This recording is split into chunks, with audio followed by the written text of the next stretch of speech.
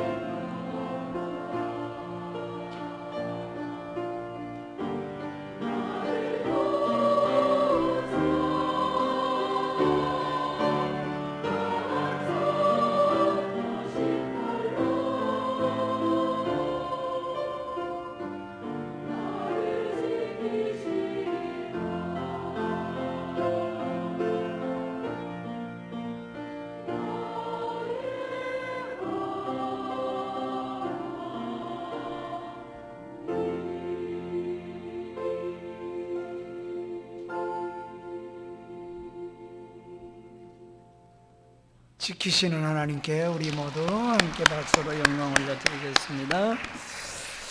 이제 우리 함께 보실 하나님의 말씀은 요한복음 4장 23절의 말씀입니다. 우리 두 소절만 보겠습니다. 요한복음 4장 23절과 24절입니다. 우리 짧은 구절 한 목소리로 함께 합독해서 읽도록 하겠습니다.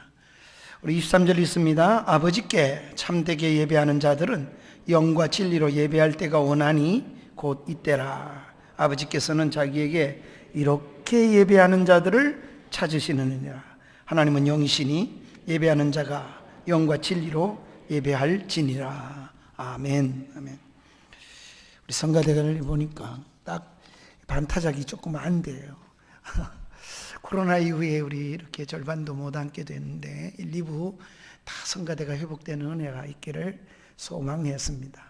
금년에 회복을 우리 주제로 시작을 했지만 하나님께서 계속해서 우리 꿈을 꾸게 하시려고 그러시는지 완전한 회복이 일어나고 그보다 회복을 넘어 부흥으로 나아가는 은혜가 하나님으로부터 주어지기를 간절히 소망합니다.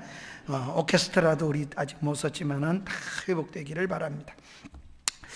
어떤 목사님이, 제가 제일 존경하는 목사님이 병이 들어서 갔더니 교인들에게 설교를 마지막으로 하실 때에 설교 내용이 뭔가 그래 들었더니 목사님이 그러시더라. 그래요. 여러분 예수 잘 믿으십시오. 그래 얘기를 했다는 거예요. 죽음 앞에 갔을 때 그래서 마지막 인사차 갔습니다. 그래서 목사님 살아오신 생애 동안에 하나님과 함께 동행하고 믿음으로 잘 이겨내셔서 목사님 어쨌든 우리 후배들에게 한마디를 남겨주신다면 무슨 말씀을 하시겠습니까? 그랬더니 이 목사님이 이렇게 말씀하시더라고요. 목사님들 예수 잘 믿으세요. 어떻게 들으면은 그저 예수 믿고 있는데 뭘 잘 믿으라 그러나 이렇게 오해할 수 있지만 그 말에 뼈가 있고 그 말에 아주 굉장한 교훈이 들어있는 메시지로 담았습니다. 예수를 잘 믿어야 합니다. 또 교양에 하나님의 사람으로 우리 부름을 입었으니 하나님 앞에 설 때 부끄러움 없는 사람 되었으면 좋겠습니다. 빌립보 1장 21절에 보면 사도 바울이 나의 간절한 기대와 소망을 따라, 간절한 기대고 기대만 해도 이게 벌써 아마 강조하는 거 아닙니까? 그런데다 간절한 소망을 따라 기대도 하고 소망도 하고, 그게 뭐냐? 부끄럽지 않은 사람 좀 되게 해주시고 하나님 아버지 앞에 설 때 그렇게 믿음으로 서는 사람 좀 되게 해달라는 것이 사도 바울은 빌립보 1장 21절에서부터 25절에까지 자기 소망을 나이 늙어서 디모데, 아들 같은 디모데 후하게 이제 자기는 인계하면서 그런 말을 남기고 갔습니다. 오늘 사랑하는 여러분, 여러분에게 저도 하나님의 말씀을 통해서 권면을 드립니다. 참 예배자로 남으십시오. 인생의 나그네 길을 다 통과할 때까지 여러분의 걸음 속에 하나님의 예배자로, 하나님이 기뻐하시는 참 예배자로 살아내는 것이 너무 중요한 것입니다.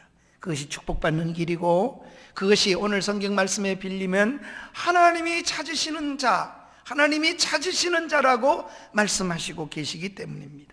건강한 그리스도인이란 교회 생활에 열심을 가진 자이기보다 삶에서 신앙을 구체화하는 것이 중요하다는 것을 우리는 볼 수 있습니다.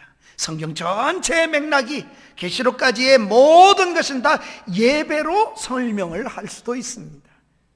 가인과 아벨이 아담의 첫 번째, 인류의 첫 번째 태어난 아들이지만 그 속에 가인이 아벨을 죽입니다. 이유는 뭐 때문입니까? 이렇게 물으면 예배 때문입니다. 아벨이 더 나은 제사를 하나님께 참 예배를 드렸습니다. 그랬더니 가인이 아벨을 때려 죽였습니다. 그런데도 불구하고 그는 예배를 드렸습니다. 그 예배로 오늘까지도 우리에게 증언합니다. 그는 죽었지만 예배가 어떤 것인가를 잘 보여주고 있습니다. 사랑하는 여러분, 그러기에 오늘 우리는 삶에서 놓치지 않아야 될 것이 무엇일까 를 생각하면서 예배자로 살기를 바랍니다. 예수님께서 이 말씀을 주신 배경은 3장에서는 니고데모를 만나서 구원의 도리를 가르쳐 주시고 4장에서는 예수님이 직접 찾아가셔서 요한복음에 수가성 여인, 남편 5이 있었으나 지금 있는 남편도 내 남편이 아니니 이렇게 말씀하셨던 아주 천박하고 가난하고 힘들고 얼마나 힘들었겠어요. 지금 있는 남편, 정상적인 결혼 생활도 아닌 이 여인, 그러면서도 하나님을 갈망하는 이 여인에게 우리 주님이 담아주신 메시지입니다. 이 산으로도 말고 저 산으로도 말라, 예루살렘으로도 말고 그리심 산으로도 말라. 하나님께 예배할 때가 오나니 그때는 참 예배를 하는 자들을 찾으시는데 신령과 진리로 예배하는 자들을 찾으신다고 말씀을 주신 겁니다. 그 예배를 주님이 중요하게 말씀하셨습니다. 배운 니고데모, 권력 있는 니고데모도 주님을 만나야 했고, 천박스럽고 당시에는 숫자도 세지 않는 여인이, 오늘 4장에서는 3장에서는 그렇지만 4장에서는 그런 여인을 만나 주시고 예배의 얘기를 하십니다. 권력이 있든 많이 배웠든 못 배웠든 가졌든 못 가졌든 우리 모두가 가져야 될 중요한 것, 주님을 만나야 되고 주님께 예배자로 살아야 된다는 것입니다.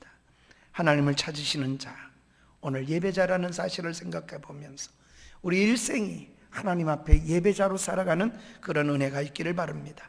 하나님이 찾으시는 사람이 되자 그 말입니다. 먼저 첫 번째로 우리는 예배하시는 자를 찾으시는 하나님을 좀 생각해 보겠습니다.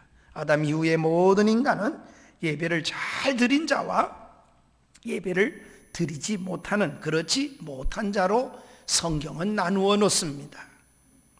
이미 말씀드렸습니다만 아담의 아들인 가인이 아벨 중에, 아벨은 예배에 성공한 후에 형 카인에게 의해서 살해됩니다. 그러나 그는 죽은 자로서 예배자로서의 이름을 남겼습니다. 히브리서 11장에 보면 그는 죽었으나 예배자로서 살아서 믿음으로 말하느니라.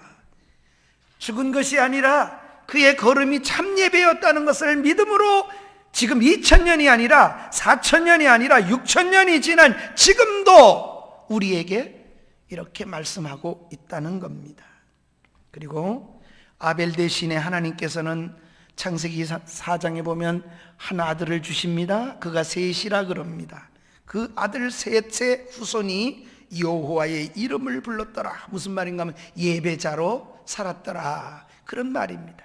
그러니 하나님은 예배자의 계보를 이어가게 하시고 예배자를 찾으시는 하나님이십니다. 아주 중요한 원리가 있어요. 예배에 있어는 하나님께서 이렇게 아벨과 가인을 얘기합니다. 우리는 그가 드린 곡식이다, 또는 아벨은 천냥이다, 물론 그런 의미도 있지만 그보다 더 중요한 것을 성경은 이렇게 언급을 합니다. 한번 따라해 볼까요? 아벨과 그 예물은 연락하시고 가인과 그 예물은 연락하지 않으셨다. 성경이 강조하는 점이 어디에 있습니까? 아벨과 그 예물입니다. 예물은 그 후요. 아벨과 그 예물입니다. 가인과 그 예물입니다. 그러니 아벨은 하나님께 연락된 사람이에요. 그렇기 때문에 그가 드리는 모든 것 다 하나님이 기뻐하시게 받으십니다. 그런데 가인은 그 인격도 삶도 그 자체가 이미 하나님이 받으실 만한 사람이 아니요, 따라서 그가 드리는 모든 것 하나도 하나님께 연락되지 못했다는 얘기입니다. 물론 구속사적으로 양의 피를 드렸느냐 안 드렸느냐 얘기를 할 수도 있겠지만 가장 그 본문이 강조하는 부분은 하나님 아버지 앞에서 예배자가 하나님 앞에 서야 예배가 될 수 있다는 원리를 주신 것입니다. 모든 믿는 자의 믿음의 조상이라고 인정받는 아브라함 역시 우리는 성경에서 예배자임을 볼 수 있습니다. 족장의 첫 번째인 창세기 12장에 보면 아브라함이 가는 곳마다 세겜에서, 헤브론에서, 그리고 베델에서 가가 옮겨가는 곳마다 제단을 쌓고 여호와의 이름을 불렀더라. 인생의 마지막 자기 아들을 얻었을 때에도 그 아들을 가지고 창세기 22장에 보면 독자 이삭을 하나님께 예배하는 자로 그렇게 인생을 그려놓았습니다. 아브라함 역시 예배자였습니다. 가는 곳마다 여호와의 이름을 부르며 제단을 쌓는 예배자였습니다. 이런 예배는 구약의 제사의식으로, 신약에는 예배를 그렇게 보여주는 것입니다. 그래서 구약에서는 제사의식을 행했는데 그 제사의식은 신약의 예배를 지향하는 겁니다. 제사와 예배의 차이점은 죄사함과 관련이 됩니다. 죄사함이 목적하는 것이 제사입니다. 용서함을 받는 겁니다. 죄사함이 동기라고 한다면 예배는 제사함을 받은 자의 출발점이기도 하는 것입니다. 그래서 우리가 잘 아는 대로 사도행전 2장 3장에 보면 오순절날 성령이 임하신 후에 그 중에서도 아주 하나의 중요한 사건을 사도들에 의해서 기적과 표적이 많이 나타나니라 이렇게 2장에서 성령이 임하신 후에 그렇게 기록을 남겨놓고, 그리고 3장에서는 안질뱅이 사건을 그 중에 기적 중에서도 기적이라고 생각해서 하나를 콕 집어서 성경에 성령께서 기록해 놓았습니다. 그게 뭡니까? 안질뱅이 사건입니다. 안질뱅이는 어떤 안질뱅이입니까? 나면서부터 안질뱅이라고 했습니다. 누군가가 데려다 놔야 되고 누군가가 업어다 놔야 되고, 자기 힘으로는 한 번도 성전에 가까이 올 수 없는 사람, 자기 힘으로 자기의 노력으로 한 번도 죄의 씻음을 받을 수 없고 성전 안에 들어갈 수 없는 것이 인간의 죄된 모습입니다. 그런데 사도 요한과 베드로를 통하여 주 예수 그리스도 이름으로 일어나 걸으라 그랬더니 그가 뻘떡 일어나고, 그리고 성전 안에 뛰어들어갔다 그랬고 하나님의 이름을 부르고 찬양을 불러드리는 것, 이것이 구약의 제사와 신약의 예배에 대한 가장 잘 보여주는 기적이기에 그 중에 하나, 바로 그 기적을 우리 안질뱅이 사건으로 기록해 놓았다고 저는 생각합니다. 사랑하는 여러분, 예배란 죄사함을 받은 자가 드려지는 것이기 때문에 예배 속에는 감격이 있고, 그렇게 하나님 아버지 앞에 드리는 것이 감격이 살아있는 제사가 곧 예배입니다. 오늘의 예배를 상징하는 제사에 대해서 상세한 법이 어디에 나옵니까? 구약의 레위기서가 바로 제사법이라고도 할 수 있습니다. 그러나 그 레위기서에 나오는 모든 제사, 죄 용서함을 받기 위해서 드려지는 모든 제사에 완성이 있었습니다. 그것이 우리 주 예수 그리스도께서 십자가 위에서 피 흘려 죽으심으로 모든 제사, 곧 죄 용서함을 받는 비결에 상징이 되었습니다. 그러니까 죄사함을 받은 우리가 이제는 예배할 이때라, 예수님이 오신 때, 예수님이 십자가에 죽은 때가 이제 바르게 하나님께 예배할 때가 되어질다는 것을 예수님이 말씀합니다. 주님이 십자가 위에서 죽으심으로써 제사를 완성했습니다. 히브리 10장 10절부터 14절은 그런 내용을 우리에게 설명을 해줍니다. 어떻게 하셨다 그랬습니까? 예수 그리스도께서 단번에 죽으심으로, 한 번 죽으심으로, 단번에 죽으심으로 그리스도께서 하나님께 드림으로 거룩함을 얻게 하였느니라, 이렇게 히브리서는 기록을 해놓았습니다. 한 번의 제사가, 예수님이 드리는 한 번의 제사가 우리 모두를 하나님께 예배자로 나아갈 수 있도록 만들어 놓았다면 얼마나 감사합니까? 주님의 십자가의 제사는 완성의 제사를 드렸습니다. 이제 주의 이름으로 나아가기만 하면 누구나 나아갈 수 있습니다. 휘장이 찢어져서 주님의 죽으실 때 누구든 하나님께 그 거룩 앞에 나아갈 수 있게 만들어 주셨습니다. 히브리 10장 우리가 본 대로 18절과 19절을 우리 한번 다 같이 읽어보겠습니다. 히브리 10장 18절과 19절을 우리 한번 읽겠습니다. 시작. 이것들을 사하셨은즉 다시 죄를 위하여 제사를 드릴 것이 없느니라. 그러므로 형제들아, 우리가 예수의 피를 힘입어 성소에 들어갈 담력을 얻었느니라. 우리가 이렇게 예배할 수 있고 그렇게 할 수 있도록 자신감을 얻은 것은 바로 예수 그리스도께서 이루어놓으신 놀라운 은혜 때문입니다. 그 완성한 제사로 인하여 우리가 담대하게 하늘 아버지께 나아가서 감사하고 찬송하는 것이 예배입니다. 그 은혜를 주신 하나님께서 어떻게 찾는가 하면 늘 건강한 예배자를 찾고 계신다고 말씀하시는 거예요. 예배자 아브라함입니다. 예배자 다윗을 하나님은 신약의 첫 꼭지도 그래서 그들에게 언약을 주셨지만 그 첫 꼭지에 예배자를 올려놓았습니다. 우리는 마태복음 1장 1절에 보면 아브라함과 다윗의 자손 예수 그리스도의 계보라 이렇게 나와 있습니다. 어떤 사람의 이야기입니까? 성경은 예배자를 기억하시고 그 복된 사람으로 기록을 해 주셨습니다. 우리 인생을 하나님이 기억하시고 어느 날 하나님 나라에서 기억되게 하시는 것은 예배자이기 때문입니다. 그러므로 하나님은 예배자를 성경에만 기록하는 게 아니라 찾으십니다. 예배당에 모여서 일하기 위해서 모이는 것이 아닙니다. 우리가 주님 앞에 나올 때마다 예배자로 나와야 합니다. 일하러 오거나 사람 만나러 오는 것은 예배당에 그렇게 오는 것은 무의미합니다. 물론 그러다가도 진정한 예배를 드릴 수도 있습니다. 그러나 예배를 바르게 드리고 나면 일이 기쁨이 생기고 예배를 바르게 드리고 나면 시험거리가 없는 섬김이 일어납니다. 사람과의 관계가 건강해지고 분명히 건전해지는 역사가 일어나도록 치유가 일어날 것입니다. 그래서 예배는 축제이면서도 예배는 하나님께 영광이 되게 만들어 놓으시는 겁니다. 이런 예배를 우리 주님은 어떻게 드리라고 말씀하십니까? 오늘 본문이 그 내용이 두 소절 속에 담아 주셨습니다. 그 예배는 한번 따라 합시다. 영과 진리로 드려라.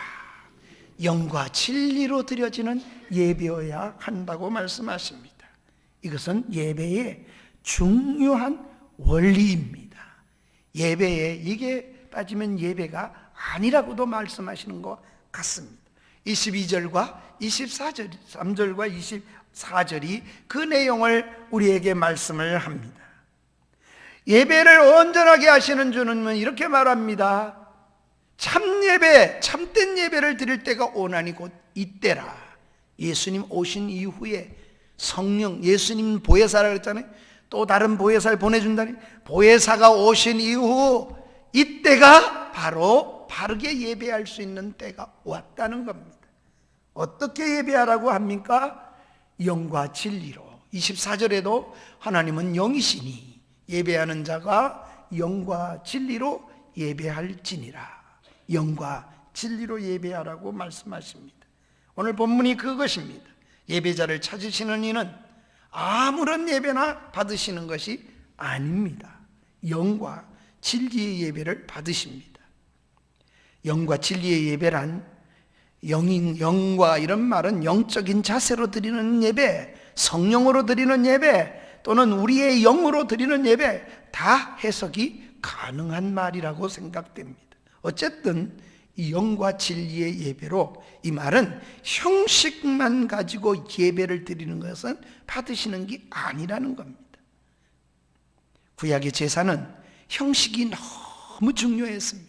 그래서 제사 제도를 하나님께서 출애굽기 25장부터 보면은 우리가 읽기 싫어하는 본문이죠. 불집게는 어떻게 만들어라, 그냥 받침대를 만들어라 그러는데 받침대 만드는 걸 뭘 그렇게 세세하게 얘기를 하시는지 다 제사에는 제도적인 얘기를 그렇게 하시는 겁니다.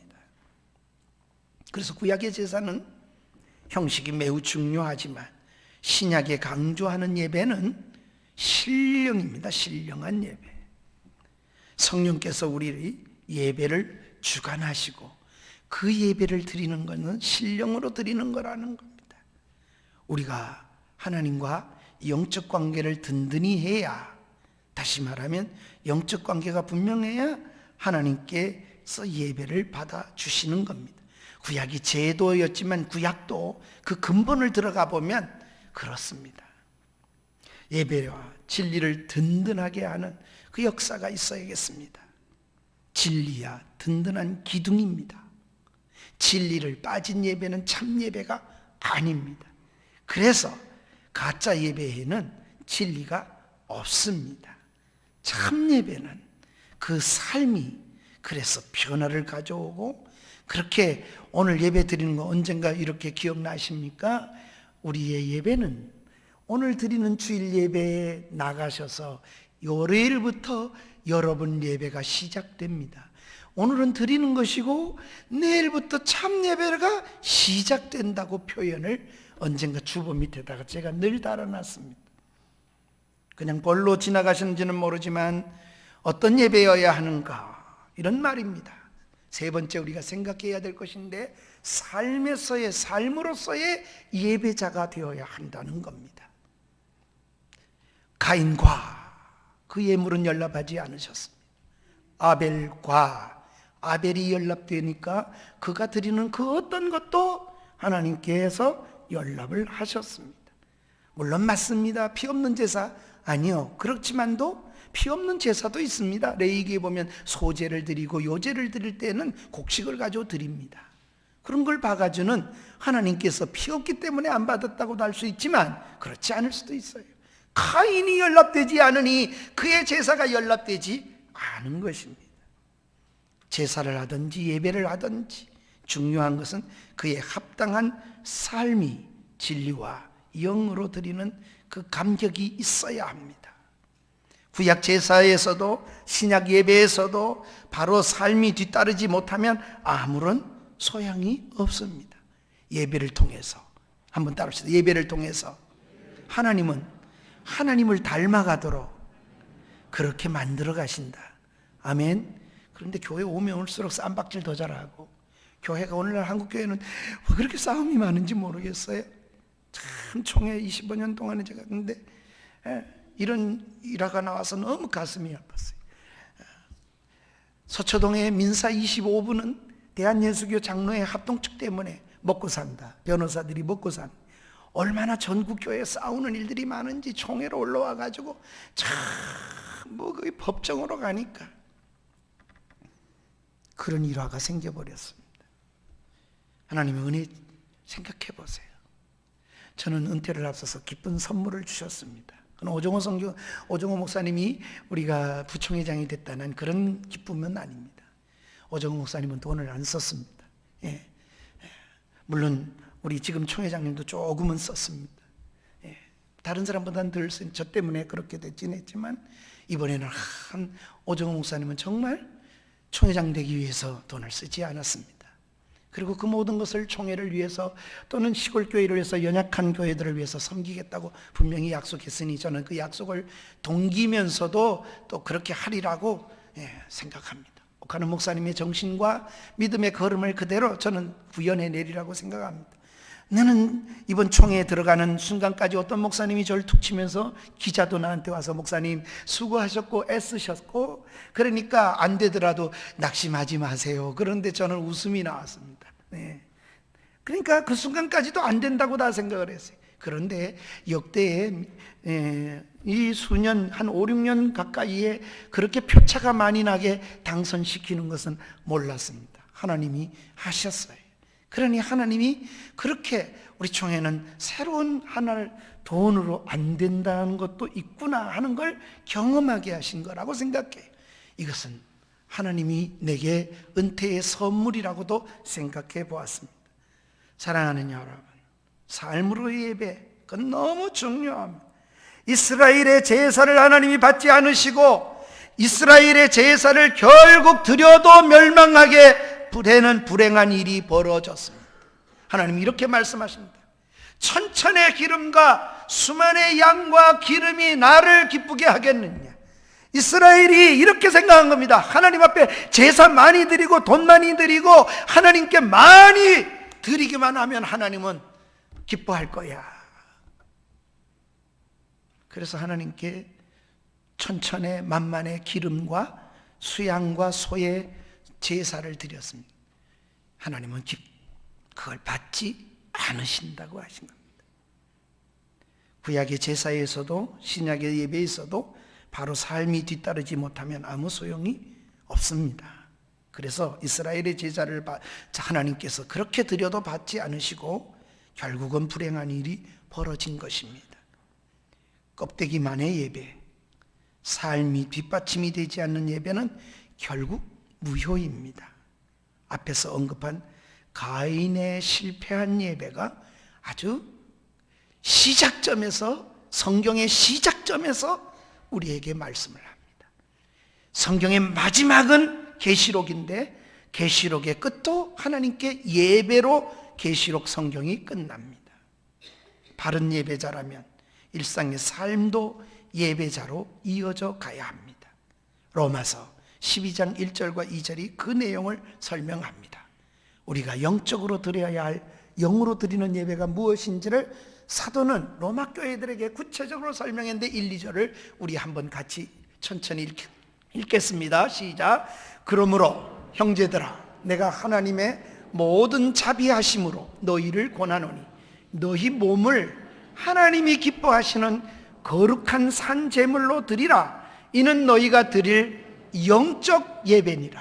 너희는 이 세대를 본받지 말고 오직 마음을 새롭게 함으로 변화를 받아 하나님의 선하시고 기뻐하시고 온전하신 뜻이 무엇인지를 분별하도록 하라. 세 가지를 얘기합니다. 2절에 첫째, 세대를 본받지 않고 이 세상 하는 사람들, 안 믿는 사람들처럼 그렇게 살아가는 게 아니라는 겁니다. 믿는 사람은 세대를 본받지 않는 것이 예배 속에 있습니다. 두 번째로 뭡니까?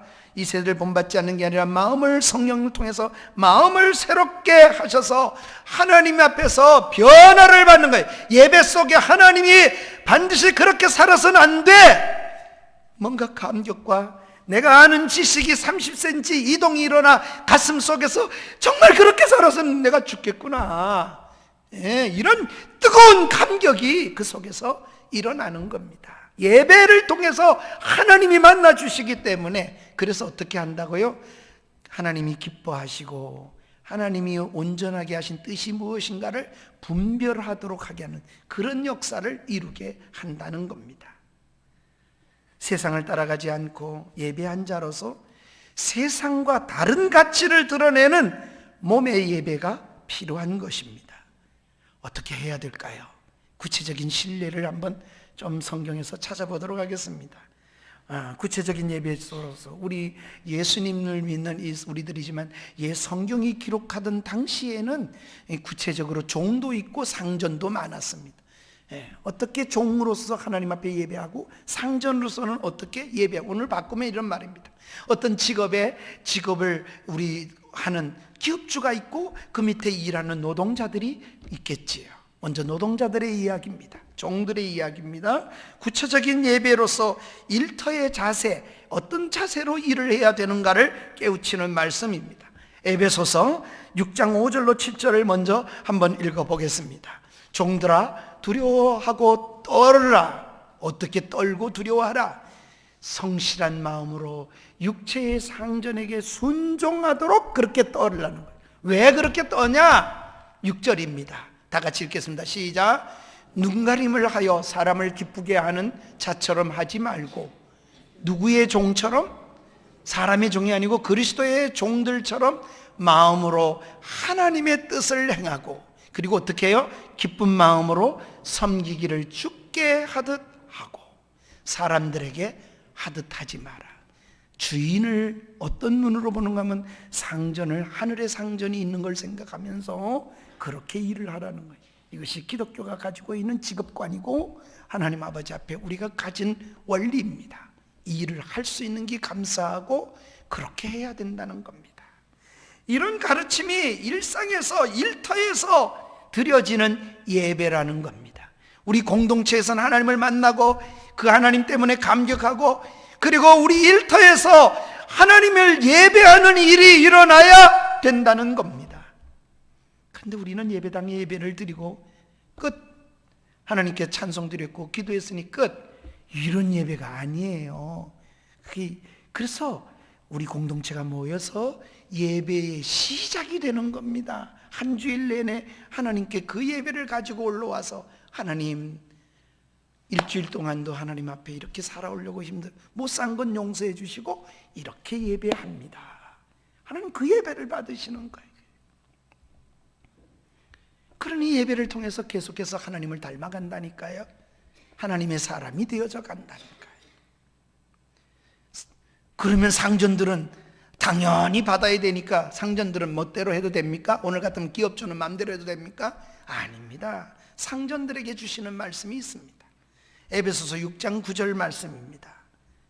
6장 9절 우리 같이 읽어볼까요? 시작. 상전들아 너희도 그들에게 이와 같이 하고 유업을 그치라. 공갈치지 마라 그 말입니다. 이는 그들과 너희의 상전이 하늘에 계시고 그에게는 사람을 외모로 취하는 일이 없는 줄 너희가 알미라.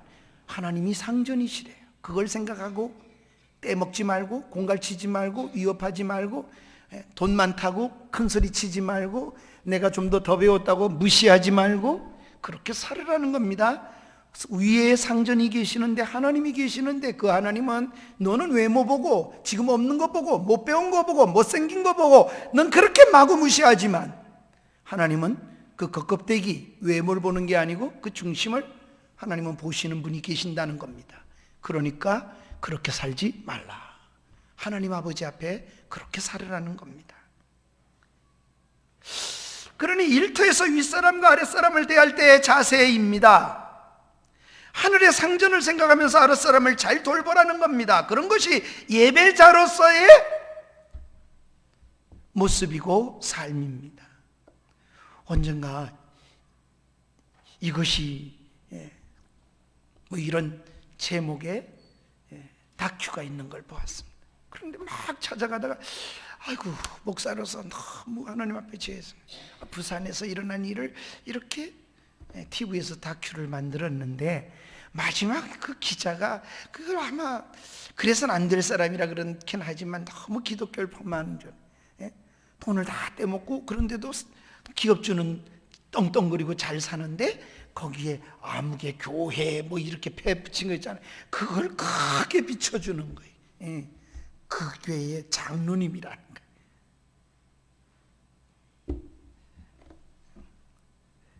장로님이 문제일까요? 바로 가르치지 목사의 문제, 지도자들의 문제이기도 하고 또 장로님들도 지도자니까 너무 부끄럽지요. 우리가 어떻게 예배해야 되나? 이 시대에 교회가 적기 때문에 저는 낙심되지 않습니다. 숫자가 작기 때문에 교회가 힘이 없다고도 생각하지 않습니다. 하나님은 능력이 많으신 분이요, 이 돌들로도 소리치게 하시겠다는 분이 하나님이십니다. 어린아이의 찬양을 막으시는 그런 부흥은 부흥이 아닙니다. 진정한 부흥은 하나님에 대한 두려움과 하나님이 역사하시는 것을 경험하는 것이 부흥이기 때문입니다. 그래서 하나님을 만나지 않고는 부흥이 있을 수가 없어요. 그런 부흥은 사람의 숫자에 노름에 놀아나는 그저 사람만이 되어지는 그밖에 아무것도 얻을 것이 없기 때문입니다. 일하는 태도가 그 모든 것이 예배로 이어지기 때문입니다. 창세기에 나오는 여러분 아버지 야곱의 심부름을 하는 요셉을 가만히 읽으십시오. 신앙 눈으로 보면서도 그의 태도, 삶의 자세, 그리고 그가 어떤 생각을 하는가를 보면서 읽어보십시오. 아버지 야곱이, 요셉은 그 말 들으면 형들에게 팔려가고 붙들려서 죽을 수도 있어요. 그런데 요셉에게 내 형들이 세겜에 있다 하니 세겜에 가서 내 형들을 찾아가라. 그럴 때 아버지에게 요셉이 말합니다. 아버지 그리하겠습니다. 이게 기록되어 있어요. 그래서 찾아갔어요. 그랬더니 세겜의 땅에 가니까 없어. 어디로 갔나? 저 도단으로 갔다. 그래서 아버지 없습니다. 세겜에 갔더니 아버지께 다 했습니다. 이럽니까? 아니에요. 도단까지 찾아갑니다. 그 도단에 찾아가기 때문에 형들이 꾼쟁이가 오는도다. 그리고 요셉을 죽이려고 물 없는 구덩이에 집어넣게 되는 겁니다. 그는 아주 아버지의 말을 끝까지 잘 순종한 사람입니다. 하나님이 그런 요셉을 애굽의 총리로 세우셨습니다. 우리는 결말만 보고 행복해하지요. 그러나 요셉의 삶과 인격과 그것이 요셉을 총리로 세우셨다는 하나님의 그 마지막이 영광스럽게 하셨다는 내용입니다. 그래서 하나님이 그렇게 세우셨어요. 이게 요셉만 그렇냐? 성경은 계속해서 그런 얘기를 하는 겁니다. 양을 치던 다윗을 한번 생각해 보십시오. 이스라엘의 전체 왕이 되도록 하나님께서 만드셨습니다. 그런데 이렇게 왕을 세우기 전에 하나님이 뭐라 그러시는 줄 아십니까? 사울 앞에 섰을 때 이 다윗의 고백을 한번 들어보세요. 사무엘상 17장 34절과 35절에 보면 골리앗과 싸우기 직전에 그 싸우러 나가려는 그런 다윗 앞에 사울이 물으니까 다윗이 사울왕 앞에 고백합니다. 뭐라 그럽니까? 주의 종이 아버지의 양떼를 지킬 때 사자나 곰이 와서 양떼에서 새끼를 훔쳐가면 사자와 곰과 그 발톱에서 내가 건지려고 싸웠다. 그러니까 생명 내놓고 믿음 지키려고 양심 쓰려고 그렇게 치열하게 싸웠던 겁니다. 누가 보지 않아요. 잡아가면 그만이고 그렇게 하면 끝나지만 그렇지 않았어요. 그런 다윗입니다. 그렇게 예배했기 때문에 하나님이 이스라엘의 왕으로 세울 때 하나님이 뭐라 그러시는 줄 아십니까? 사무엘 하 7장 8절에 하나님이 그때 왕으로 세우시면서 다윗에게 이렇게 말하십니다. 제가 그대로 읽을까요? 한번 따라해 보세요. 만군의 여호와께서 말씀하시기를 내가 너를 목장 곧 양을 따르는 데서 데려다가 이스라엘의 주권자로 삼고, 그런 다윗이기 때문에 하나님께서 이스라엘의 주권자로 삼으셨다고 말씀하십니다. 예배자를 하나님이 찾으셨고 쓰신 겁니다. 한 예만 더 들어볼까요? 바벨론의 공직자로서 다니엘 역시 그렇게 예배하는 자세로 주어진 업무를 처리했습니다. 다니엘서 6장 4절에 보면 그가 남의 나라에 붙들려가서 종살이하며 공무원이 됐습니다. 그런데 다니엘 8장 4절에 6장 4절에 보면 이렇게 얘기합니다. 다니엘을 싫어하는 안 믿는 사람들이 다니엘을 어떻게든지 끌어내리려고 그렇게 흠을 찾아봤어요. 그랬더니 6장 4절에 뭐라고 합니까? 국사에 대하여 고발할 근거를 찾고자 하였으나, 성경은 이렇게 기록합니다. 아무 근거 아무 허물도 찾지 못하고 그릇됨이었고 허물도 없었더라. 그러기에 그 시대에 하나님의 은혜를 감당하는 예배자로 세우시고 쓰신 줄 믿습니다. 우리 모두가 하나님 앞에 삶으로 드려지는 신령과 진령인 영적인 예배를 드릴 수 있는 은혜가 있기를 축복합니다. 영으로 사십시오. 이러한 예배는 다양한 예배를 드리게 되는, 그래서 예배는 오늘 교회 와서 드리는 이 다양성이 아니라 예배를 성경 전체에서 예배를, 그래서 다양한 예배를 성경은 말하고 있습니다. 그 다양한 예배를 우리가 읽고 말씀을 맺겠습니다. 히브리 13장 13절부터 16절까지의 내용이 그 다양한 예배에 대해서 말씀합니다. 우리 이 구절을 네 소절을 함께 읽어보겠습니다. 시작. 그런즉 우리도 그의 치욕을 짊어지고 영문 밖으로 그에게 나아가자. 우리가 여기에는 영구한 도성이 없으므로 장차 올 것을 찾나니, 그러므로 우리는 예수로 말미암아 항상 찬송의 제사를 하나님께 드리자. 이는 그 이름을 증언하는 입술의 열매. 뭔 예배? 찬송의 제사, 찬송의 예배를 드리지. 16절에 시작. 오직 선을 행하여 서로 나누어 주기를 잊지 말라. 하나님은 이 같은 제사를 기뻐하시느니라. 어떤 것도 제사예요? 의를 위해 고난을 받는 것도 예배다. 찬송하는 것도 예배다. 찬송이 떠나지 않는 삶을 말합니다. 또 나눠주고 베푸는 것, 그렇게 선행도 예배라는 겁니다. 그러니 나누어주는 것도 예배입니다. 예배를 잘 드리는 자를 하나님이 찾으십니다. 하나님의 뜻을 따라 선행을 행하는 것도 예배입니다. 입술에 찬송을 드리는 것도 예배입니다. 에베소서에 보면 1장 3절에서는 찬송하리로다. 우리를 영원전부터 선택하시고 택하신 하나님을 찬송하리로다. 3절에 이렇게 얘기를 하지만 12절에 내려가 보면 이렇게 바울이 기록합니다. 너희 모두가 어떻게 다르세요? 너희 모두가 하나님의 찬송이 되게 하려 하십니다. 3절에선 찬송을 부르는 사람이 하나님을 만나고 살아서 찬송 그 자체가 먹는 것도 찬송이요, 마시는 것도 찬송이요, 자도 찬송이요. 바울은 후일에 10장 30절에 고린도전서에서 이렇게 말합니다. 모든 것이 다 합력하여 하나님 앞에 먹든지 마시든지 무엇을 하든지 다 하나님의 영광이 되게 하려 하심이라고 하는 겁니다. 그러니 예배가 다양해지죠. 그러나 여전히 그 다양한 예배를 하나님이 은혜 주시는 예배를 드리기 위해서 우리가 중요한 게 있어요. 그것이 뭡니까? 정기적으로 이렇게 모여서 예배 드리는 이 예배를 드리는 사람이 일상 예배도 드릴 수 있게 된다는 겁니다. 그래서 모이기를 폐하게 하는 것을 금하신 겁니다. 함께 드리는 공동 예배를 통해서 일상의 도전을 받습니다. 말씀을 듣고 다시 아버지 내 삶터로, 내 일터로, 가정으로, 학교로 하나님의 뜻을 이루기 위해서 살아가도록 그렇게 하겠습니다. 그래서 삶에 연결시키는 에너지를 공급을 받는 시간입니다. 이걸로 끝? 그럼 무슨 예배입니까? 그래서 예배의 시작입니다. 하나님을 만나는 시간이고, 그리고 만난 후에 예배를 드리기 위해서 시작하는 겁니다. 천국과 새하늘은, 새 땅의 행위는 완성된 예배를 드립니다. 여기서는 지금 우리가 드리는 건 다 부족하여, 그래서 희미해요. 우리가 보는 것이 희미하나 그날과 그날에는 얼굴과 얼굴을 대하는 것처럼 그런 날이 온다는 겁니다. 오직 하나님께만 예배하는 날이, 그런 완성된 예배가 있는 날이 계시록에 나타난 마지막 장의 이야기입니다. 코로나19로 인하여 예배 제한 앞에서도 예배를 유지할 수 있었습니다. 일제강점기에도 예배를 지키기 위해서 목숨을 걸었습니다.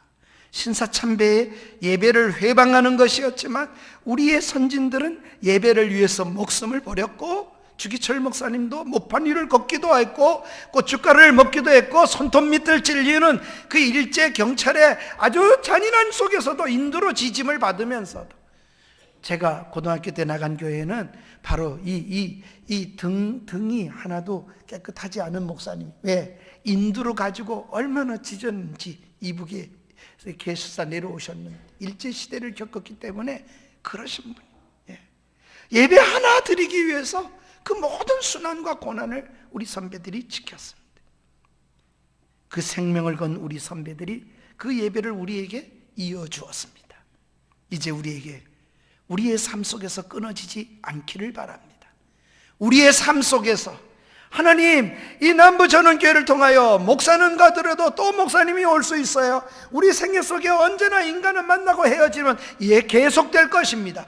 그러나 나의 하나님, 내가 계신 그 하나님은 언제나 계십니다. 그 하나님 때문에 우리는 계속해서 예배해야 할 것입니다.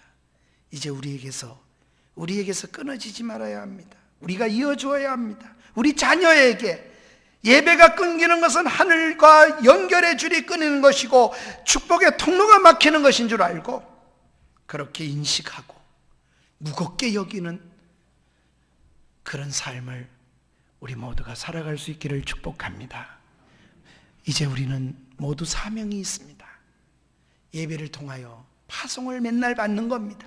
가야 할 길을 하나님께서 가라고 우리를 보내시기 때문에 그렇습니다. 이 말씀을 기억하며 우리 다 같이 일어나셔서 우리 파송의 노래를 함께 드리고 찬양을 드리고 우리 축도를 마치도록 하겠습니다. 너의 가는 길 주의 평강 있으라. 평강의 왕이 세상 끝날까지 함께 하신다 했으니 걸음걸음마다 이 주님 인도하실 것이니까 주의 축복을 바라보십시다. 그분을 의지하십시다. 그리고 그분만 바라보고 언제나 사람을 보는 게 아니고 목사를 보는 게 아니고 장로님들도 아니고 이 교회에 보이는 교회가 아니라 보이지 않는 하나님께 눈을 두고 참 예배로 일생을 살아가는 은혜가 있기를 바랍니다. 우리 드리겠습니다. 파송의 찬양.